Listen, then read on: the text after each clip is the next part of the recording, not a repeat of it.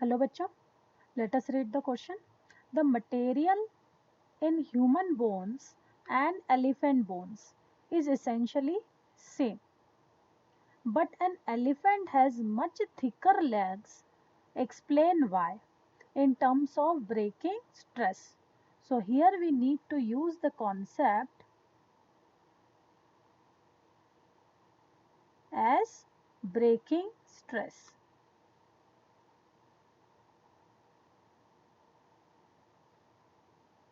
ठीक है, breaking stress means है ना, वो फोर्स की वो लिमिट जिसके बियॉन्ड अगर हम और फोर्स अप्लाई करते हैं तो वो ब्रेकिंग स्ट्रेस में चला जाता है। मीन्स ऑब्जेक्ट में डीफॉर्मेशन है ना क्रिएट हो जाता है, जिसके कारण ऑब्जेक्ट अब लेंथ एलोंगेट नहीं करता है ना, बल्कि क्या हो जाता है, टूट सकता है। तो उसे उसके ब्रेकिंग स्ट्रेस कहते हैं, है ना। The value of the applied force for which the object maintain is original shape and size, है ना। जब तक वो फोर्स को बियर कर सकता है उसे उसके ब्रेकिंग स्ट्रेस कहते हैं।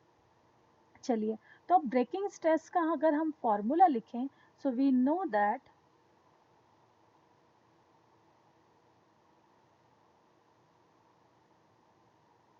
is equals to force per unit area, correct.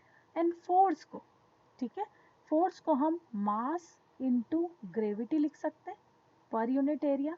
Mass into gravity is also we read as weight of person और एलिफेंट, जैसे कि हमने इस क्वेश्चन में कंपेयर करने के लिए कहा है,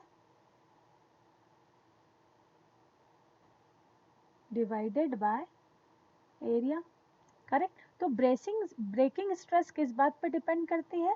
ब्रेकिंग स्ट्रेस डिपेंड कर रही है वेट ऑफ पर्सन एंड जो एरिया ऑफ क्रॉस सेक्शन, ठीक है।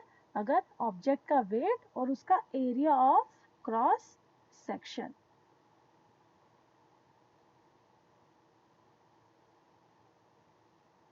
करेक्ट। तो सपोज एक पर्सन है, ठीक है, सो उसके लेग्स ही उसके पूरा वेट को क्या कर रहे हैं, होल्ड करके रख रहे हैं। तो उसके लेग्स पर आखिर कितना वेट है ना, तो वेट ऑफ अ बॉडी जो होगा उसके अकॉर्डिंग, ये जो वेट ऑफ अ बॉडी जो होगा उसके अकॉर्डिंग जो है उसका क्या होगा, area of cross section of legs होगा, ताकि है ना ये जो रेशो है ये क्या रहे, ब्रेकिंग स्ट्रेस को क्रॉस ना करे।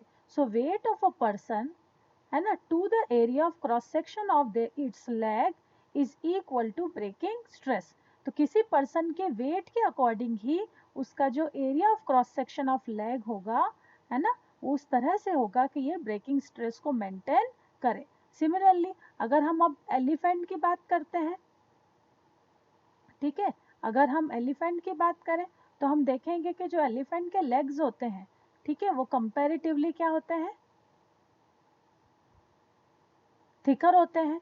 तो क्योंकि जो weight of an elephant body, weight of the body of elephant है उसके, है ना, उसके अकॉर्डिंग उनके जो लेग्स होते हैं उसका एरिया ऑफ क्रॉस सेक्शन जो होता है वो क्या हो जाता है, बढ़ जाता है, ताकि वो उस वेट को क्या कर सके, बियर कर सके, है ना। और ये जो रेशो है वो ब्रेकिंग स्ट्रेस के लिमिट में ही मेंटेन रहे। Okay, so that is the reason why elephant has thicker legs, although the material of human bones and elephant bones are same.